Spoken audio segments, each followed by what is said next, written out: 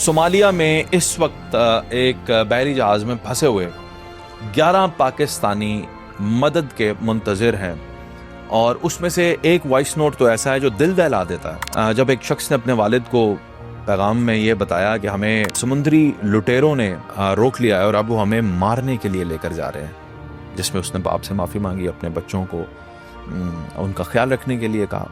वो सुनकर तो दिल दहल जाता है। अब हर जगह एक सवाल उठ रहा है कि आखिर इन्हें रेस्क्यू कौन करेगा? पाकिस्तान क्या कर रहा है आखिरकार और क्या कर सकता है? आइए थोड़ी सी डिटेल जानते हैं। सबसे पहले ये जान लीजिएगा कि ये जहाज निकला कहाँ से। तो ये मिडल ईस्ट से जहाज निकला। ये ऑयल टैंकर होता है जो ये तेल लेकर जाने वाला जहाज है और सोमालिया में पुंटलैंड और बंदर बेला के दरमियान एक जगह है जहां पे इस वक्त इस जहाज को रोक लिया गया और जो समुद्री लुटेरे हैं जिन्हें आप पायरेट्स कहते हैं, उन्होंने इसको इसमें बंदी बना लिया है, जितने भी लोग थे उसमें शामिल। अच्छा, ये जो इन दोनों जगह जो मैंने आपको बताई हैं, पुंटलैंड और बंदरबेला के दरमियान का जो इलाका है, ये नो गो इलाका है। हालांकि ये ज़ेरे एहतमाम आता है सोमालिया के, लेकिन ये इलाका जो है, जैसे पाकिस्तान के अंदर इलाका गैर है एक इलाका, इसी तरह का एक इलाका है जहां पे हुकूमत के रिट कोई ख़ास है नहीं। और उस इलाके में पायरेट्स जो हैं अक्सर इस तरह की कार्रवाइयाँ करते रहते हैं।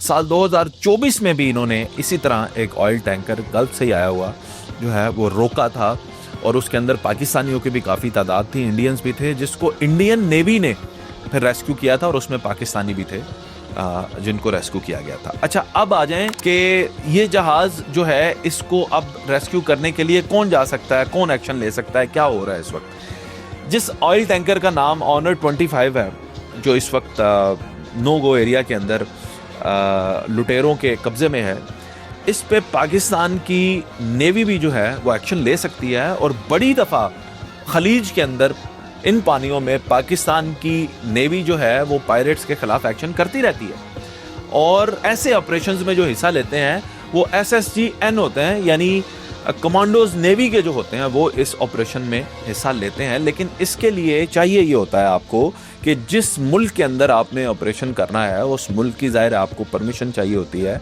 और फिर वहाँ पे देखना होता है कि पहले से नेवी मौजूद है या नहीं मौजूद। ये सारे मामलात होते हैं। इसमें फ़िलहाल तक पाकिस्तान जो है वो डिप्लोमेटिकली पूरी कोशिश कर रहा है, राब्ते में रह के सोमालिया से बात कर रहा है। इस वक्त भी डिप्लोमेटिकली पाकिस्तान सोमालिया से राब्ते में है, बातचीत चल रही है और इन 11 पाकिस्तानियों को रेस्क्यू करने के लिए पाकिस्तान डिप्लोमेटिक अपनी कोशिशें कर रहा है और उसके साथ साथ सोमालिया भी इन पायरेट्स के साथ बातचीत कर रहे हैं, क्योंकि जो वहाँ पे इस वक्त जो सबसे ज़्यादा मदद कर सकते हैं वो सोमालिया नहीं है। याद रहे कि ये जो सारा अफ्रीकन रीजन है, इसमें जगह जगह आपको लुटेरे और डाकू और इस तरह की चीज़ें सड़कों पर भी मिलते हैं, पानियों में भी मिलते हैं।